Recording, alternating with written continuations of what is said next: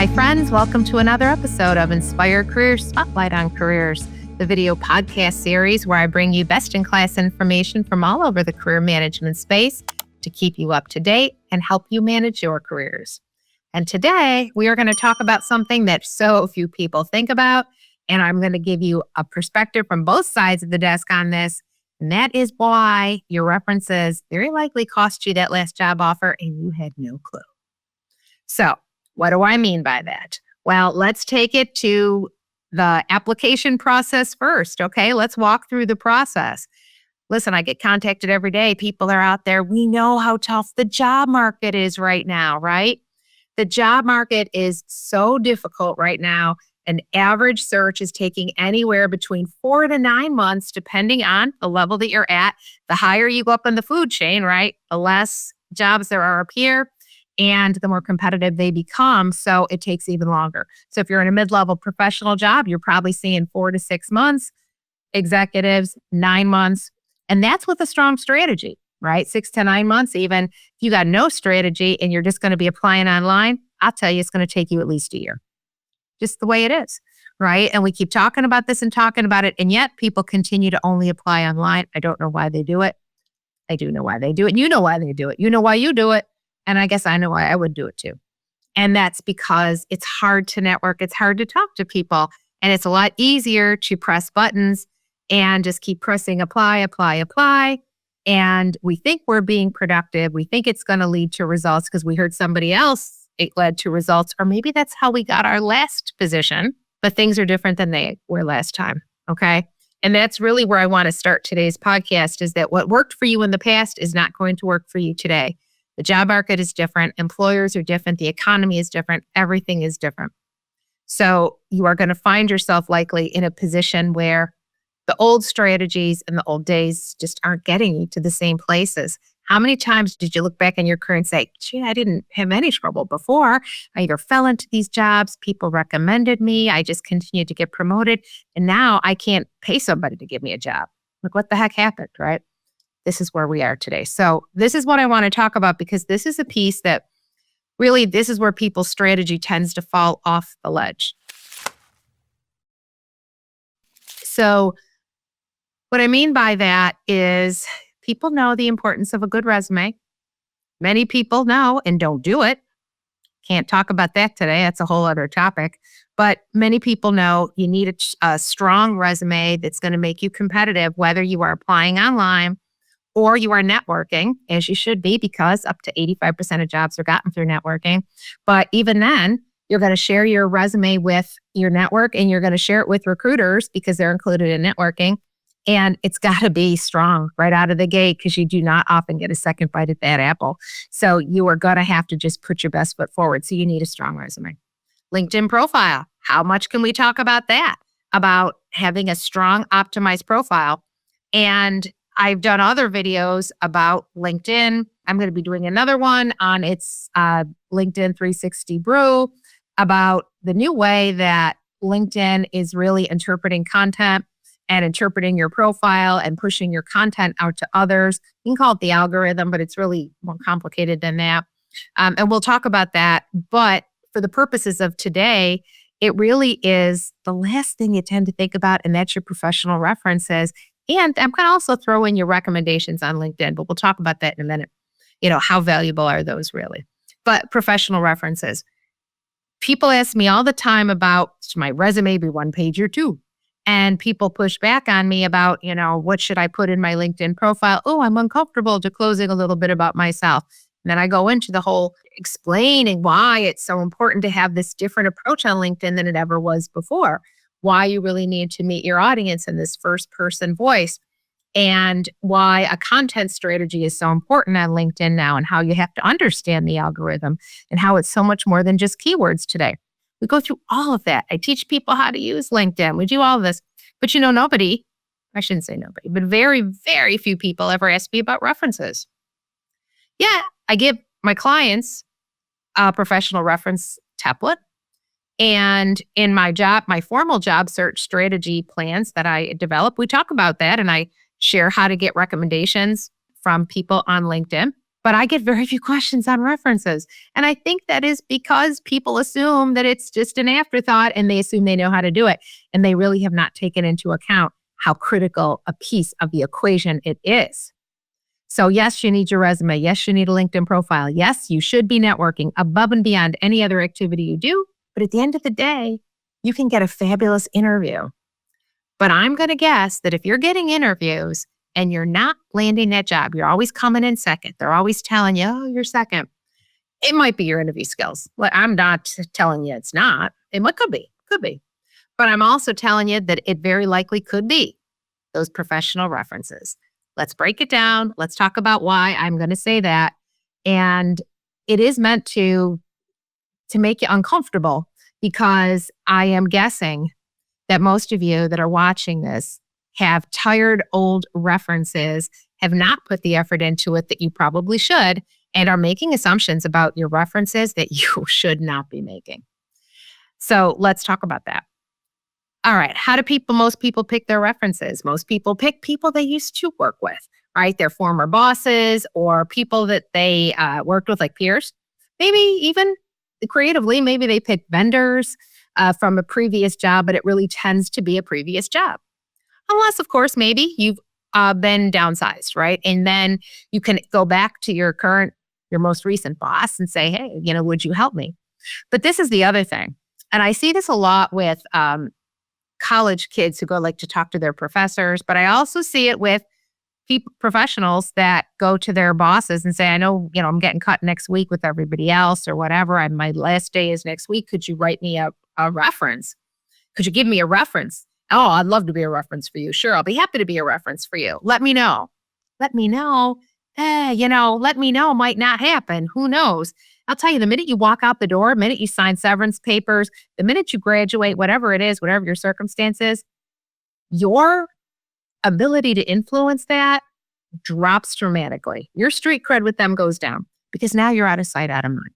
And while they had all good intentions of helping you, which is why they offered, once you're gone, you might be gone. So listen, if somebody offers to help you in the minute, get a letter of recommendation in writing, or even better yet, ask for a recommendation on your profile, on your LinkedIn profile. Say, you know what? I'd like to send you a link to give me a letter of recommendation right on my profile. Oh, wouldn't that be great? Why do I say that? Because if it's on your profile, everybody can see it and it lives there in perpetuity. If you ask somebody to take away and write a letter and have to put it into Word or Google Docs or whatever, then they have to mail it to you. This is can be a long process. And then you got to follow up, and yeah, you might have to follow up about the LinkedIn recommendation, but chances are you're going to get it a lot quicker than if somebody has to take it away, go do it on their home computer. Oh my gosh. The more difficult it becomes, the less likely you are to get it. So if somebody's willing to help you, jump on it, take it, because 6 weeks, 6 months down the line, they won't even know your name. It happens. You think it doesn't happen, but you'd be surprised. It absolutely does happen. I was at a job for 19 years, and I thought I would remember every single person's name, every phone number I called. I knew everybody's extension. I knew everybody's kids' names. I'll tell you, it's been almost 10 years now, and sadly, I don't remember a whole lot. It just flies because you put other things in your brain. So they don't mean it intentionally, but it does happen. So what does happen often, though, is as people are getting ready to go for a job search, they do think about the resume, whether they're doing it themselves, giving it to old chat, which please stop doing that too, because that's a whole other topic. But your resume sounds like everybody else's, looks like everybody else's, and is very generic. That's costing you interviews. Forget that's costing you the job offer. You're not even getting interviews because of that. But if you're lucky enough to get the interview, people are thinking about their interview skills in many cases. Although I will tell you, I think people overestimate their interview skills. People tell me all day long, if I can just get the interview, I'm just really good at interviewing. Okay. I hope you are. But, the thing is today it is so competitive out there. And as I said earlier, gets more and more competitive the higher up you go on the food chain in the world. And so you better make sure that your interview skills are great. Well, let's even assume they are, and you go in and you have a great interview. All right. Well, you know what? They are going to check your references. And why do you need references? Why do they ask for references, and why do they check them? Well, as a former HR leader, I will tell you why. So this is where it comes in from both sides of the desk. I'm going to talk to you as from HR, and I'm going to talk to you as your executive coach. Okay. So in HR, we want to protect ourselves, right? We want to do our due diligence. We want to find out much about these candidates as possible. And before we extend that job offer, we really want to know who we're bringing into our organization. And listen, the truth is, you've only told me as much as you've told me, right? I've asked questions about you. You've asked questions to me, but I only know what you've told me. Now I'm going to do research online. I'm going to Google you. I'm going to go to ChatGPT about you. I'm going to check out your digital footprint. I hope you've been smart enough to clean all that stuff up, but a lot of this stuff lives forever, right? I'm going to look into that, but let's say I don't find anything out there, or what I find doesn't scare me. But I am going to talk to your references because I want to hear what other people say about you. And I will tell you, as an HR leader who has checked thousands of references in her lifetime, you would be surprised about what your references are saying about you. And that's where it likely cost you the job. People put people on their reference list that, one, they haven't spoken to in years. How about that? Two, they put people on their reference list that they don't even know very well. They put people on their reference list they haven't asked their permission. They put people on their reference list that don't even like them. How about that? So when HR goes to call these references, you might be surprised what they say. Most of the time, honestly, they're just ill-prepared. Far and away, they're ill-prepared to speak about you. And that's where you're losing the job offer. Because you call Rhonda Reference, and Rhonda Reference hasn't talked to you in a while. Rhonda Reference doesn't even know what job you're looking for. You've even left, you thought you were doing a good thing, and you left Rhonda a voicemail and said, hey, Rhonda, I'm interviewing for, product manager jobs. You might hear from somebody.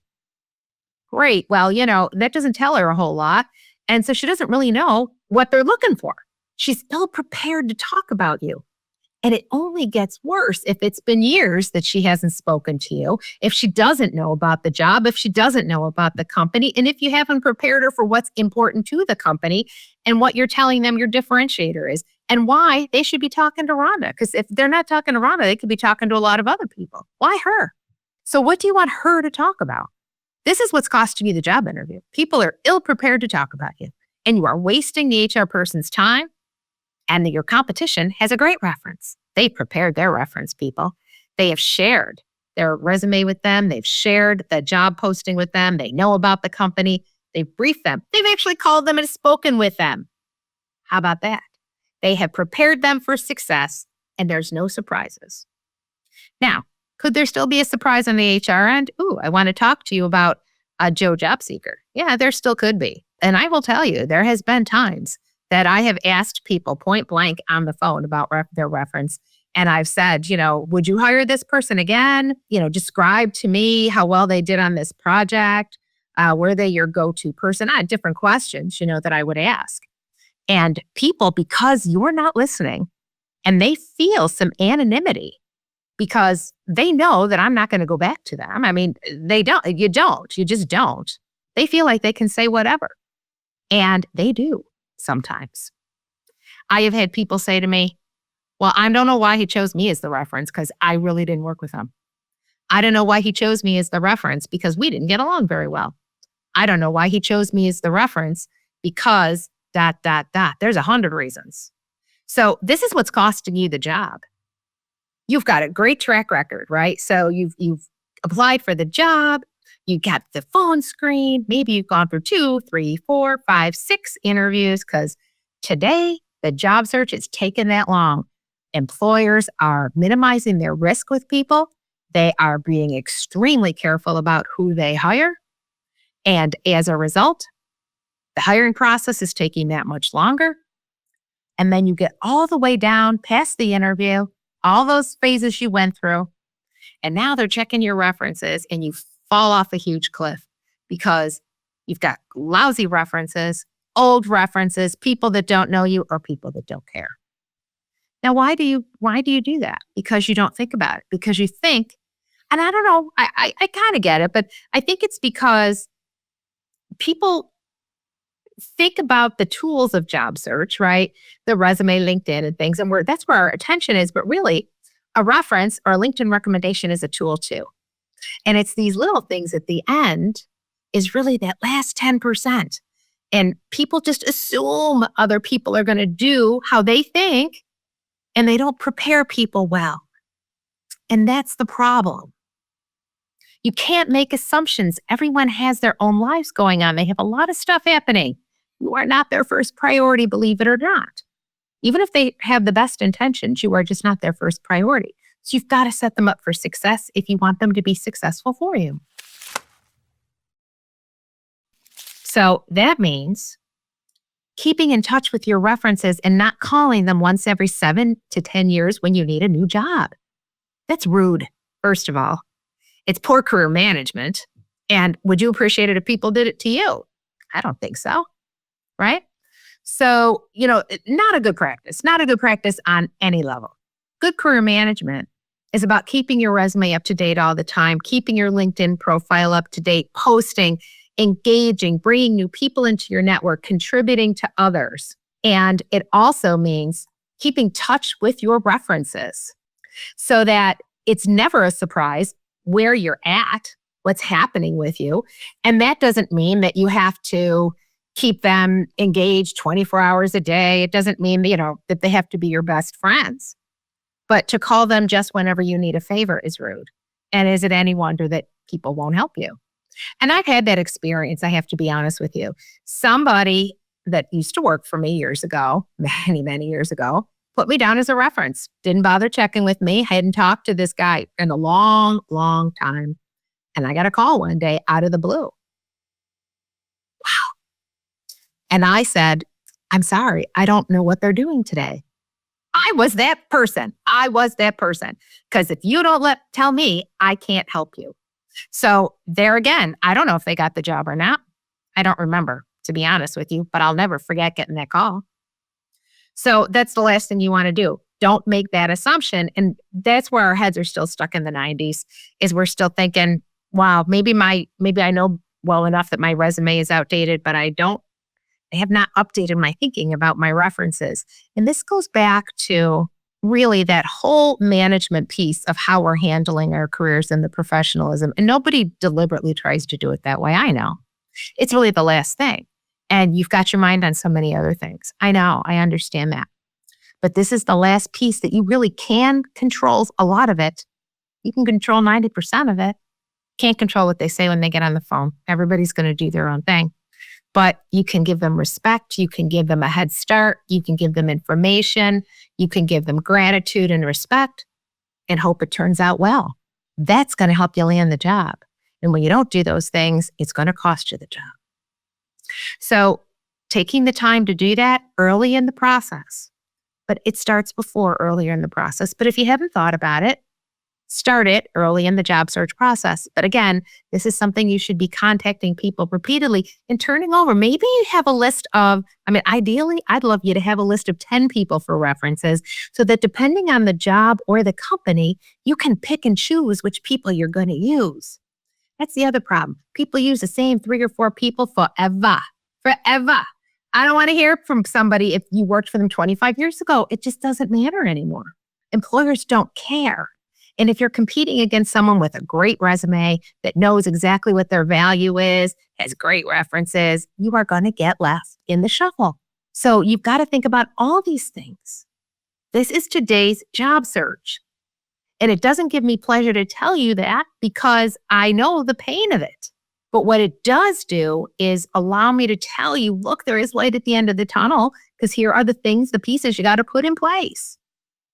And you don't want to lose any of them. And the references are that critical piece of it. So using the same references you had from college are not the way to do it. Have a pool of people that you can choose from because it's really important that they're able to speak to the needs of that job and not just generically about what a swell dude you're. Those days are over too. Oh yeah, he's a great guy. They don't care about that anymore. What impact did he make? Give me specific details. What can you tell me? Should I hire them? That's what they need to know. All right, let's talk about LinkedIn recommendations because I said these are a big deal too. Every time I see a LinkedIn recommendation, I go to people's profiles and I see one from 2008, 2011, the early days of LinkedIn, and I see nothing since then. All I can think about is the old Janet Jackson song, "What Have You Done For Me Lately?"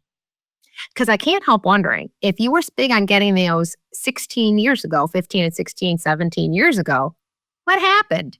Have you not worked since then? What have you done for anybody since then? Oh, I see. Nothing. And we know that's not true. But what happened since then? Because you had all that great social proof, and that's what recommendations on LinkedIn are. And that's why they're so fabulous to have. Listen, if you don't have any recommendations yet, there's always time to get them. And if you're a person who knows the value of having recommendations on your profile and of giving them to others, then this is absolutely for you. It's for both of you, both sides of the aisle here. But LinkedIn profile, one of the best things about it is getting a recommendation from someone. And if you don't even know what that is, and I have heard some people that don't even know, that is where you can either request or somebody voluntarily comes to your profile and they write something really wonderful about you, right? Tells why you're wonderful to work with on any topic about why you're fabulous. Isn't that great? And it lives in perpetuity there forever until the person takes it down. Now, the person has to approve it. I mean, there's a procedure to go through, but it's really just about that simple. Why is that important? Because that validates what you say about yourself. So I can say what a great person I am. I can say what a great, I'm a servant leader. I can say all these buzzwords. I can tell you all the kind of stuff. Well, I'm always called in for the hard projects. I do all this stuff. But when somebody else says it about you, now it raises your street cred. Now it really is like, somebody's willing to say it publicly. And on LinkedIn, you put your picture to it, you put your name to it, and it lives there on your profile and theirs. That's important. That's huge. That doesn't happen with private references when somebody calls them on the phone about a job. Like, this is big stuff.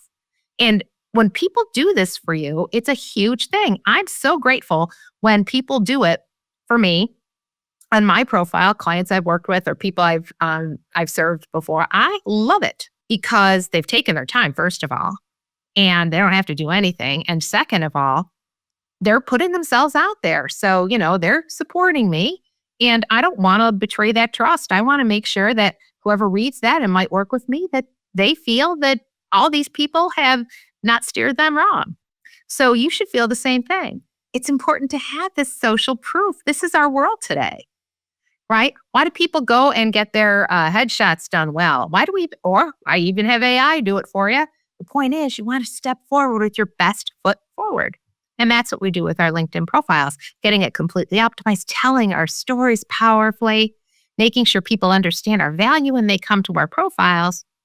And when someone else is there on the profile validating what you have to say, oh man, thank you. If I'm a recruiter, I come to your profile, maybe you've got 10. Wow, 10 from the last 5 years, even the last 3 years, fabulous.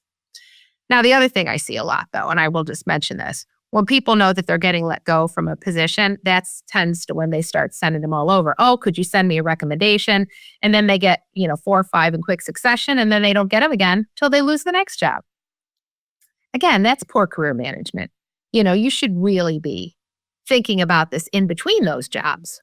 But better to have them than never. And of course, as you ask for them or people have come and given them voluntarily because maybe they want to help you out because you're losing a job, gratitude, gratitude, gratitude. And for LinkedIn profiles, that doesn't mean quid pro quo. That just means be grateful that someone has done it for you and thank them that they have done it. Actually thank them. Thank you for writing that for me, whether you've asked for it or someone's volunteered it for you. And listen, don't get weird. Don't get weird about asking for recommendations. Let's talk about that a second. People are not weird about asking for references generally if they feel comfortable. Maybe it's not the right reference. I mean, I'm not saying that, but people will know that you need to ask for references for job interviews. But for some reason, people get really weird about asking for people for recommendations on their LinkedIn profiles. I've had many conversations with people about that. And I don't know why, because it's the same thing as, would you be a reference for me, essentially? Would you please give me a recommendation based on my contributions to that project we worked on together and how my contributions influence the outcome, or, whatever you want to say about that. Talk very specifically. The more specific you are with people, they actually appreciate it because they're not out there trying to think of things on their own. Helping them, telling them what you're looking for. Can you talk about my leadership? Talk about my project management skills. Talked about how the analytics that I provided or the insight, whatever it is you want them to talk about. And ideally on your LinkedIn profile, it'd be great to have different, holistically to showcase your different types of skills, soft skills, hard skills, all, technical skills if possible, all over so that people can really get a great view of you. And there's no reason you can't double dip, folks, but you got to ask permission. So if somebody gives you a LinkedIn recommendation and what they're saying is pertinent, how they know you and what they're saying is pertinent to the next job you're applying for, you can ask them to be a reference. You don't have to, separate the two of them. But recruiters value that because, again, people are putting themselves out there for you publicly. So don't get weird about asking for them and don't be stingy about giving them either. I always laugh when I read people, their servant leaders. Everybody's servant leader. That's great. But when I see that they're servant leaders and I go to their profile and I see that they have 15, 20, 30 LinkedIn recommendations and they haven't given any, or maybe they've given one. I don't know if that seems counterintuitive to what I would have anticipated a servant leader. So, it's also a little bit indicative of you when you kind of look at that. So my point is a recruiter can see that too. Are you giving them to others? What kind of giver are you? Now, again, not the quid pro quo stuff, because I think that kind of cancels itself out. But if you're really giving to others and you're promoting others and you're complimenting others, that goes a long way to talk about your personality too, right? And what kind of person you would be in a new employment environment. So go ahead and do that. It's good for you. It's good for them. Everybody wins. So it's not that complicated to do. It takes a few minutes. You got to think about it. And sometimes people say they'll do it and they don't do it. You got to follow up. And that's okay. People sometimes get waylaid. They get distracted with other things because, hello, life. So don't be afraid to ask. People sometimes just need to be asked, and that's okay. That's okay. Right? We all need to be asked sometimes. So in conclusion, what I wanted to just remind you of, stop using those old references. The ones that you've been carrying around for the past 15 years are probably old, tired, and they smell like the thrift store. Okay? So don't do it. And what you want to do is you want to keep them up to date and you want to use it as part of your larger career management strategy. Meaning you really, really want to pay attention to these people, nurture those relationships, and be willing to do it for others. Offer to do it for other people too. And when you are called to be a reference, ask for the things that you should be giving others. Can I have a copy of your resume, please? Let me see that job posting. Would you please share that with me? What company are you applying at? Or give me the list of companies. Or if I'm expecting a particular call, did they have a particular issue they were honing in on or something you'd like me to talk about? Prepare the people and ask to be prepared if you're going to be the one to do it. But I'm telling you, this is probably a good reason why you're not making it to the final cut. If you're not paying attention to this kind of thing and you're just winging it out there and this is the last thing on your list, then you're probably losing out on good opportunities because of this. And it might sound silly, but I'm going to let you test that out there and see. So I'm going to challenge you to go look at pull your references. And even if you haven't applied for a job in 5 years, go pull them, see who's on there and see if anything I have said today rings true to you. Okay, go check your digital footprint too. Go see what's out there about you. It's always a good time to look. Never a bad time to look. Check on ChatGPT or whatever you use. Check on Google. Check on a couple different platforms and see what's out there about you because they're checking there too. But now is the time. If you're not in an active job search, it's the perfect time to take a look at that. And when you're in an active job search, by then you're concentrating on a lot of other things and it might get dropped. So this is the last thing you want to cost you the job. There's no reason for it because you would owe these people. And you've done great work. I know you have because I've talked to a lot of you. You've done fabulous work. So get credit for it. And make sure that the recruiters know how fabulous you are. And if somebody's going to speak on your behalf, help them help them speak as powerfully and as authentically as possible by preparing them with the best information possible. All right, so if you have any questions, feel free to drop them in the comments below. And listen, subscribe here, ring the bell before you take off here, because we've got a lot of great episodes and I've got some other great guests coming this spring. And we want to make sure that you have all the information you need to stay up to date, of course. But listen, the job market is tough out there. You can't let anything drop and you can't take anything for granted, or else it is going to be a long sludge for you. So I'm going to leave that with you today. And until we meet again, live inspired.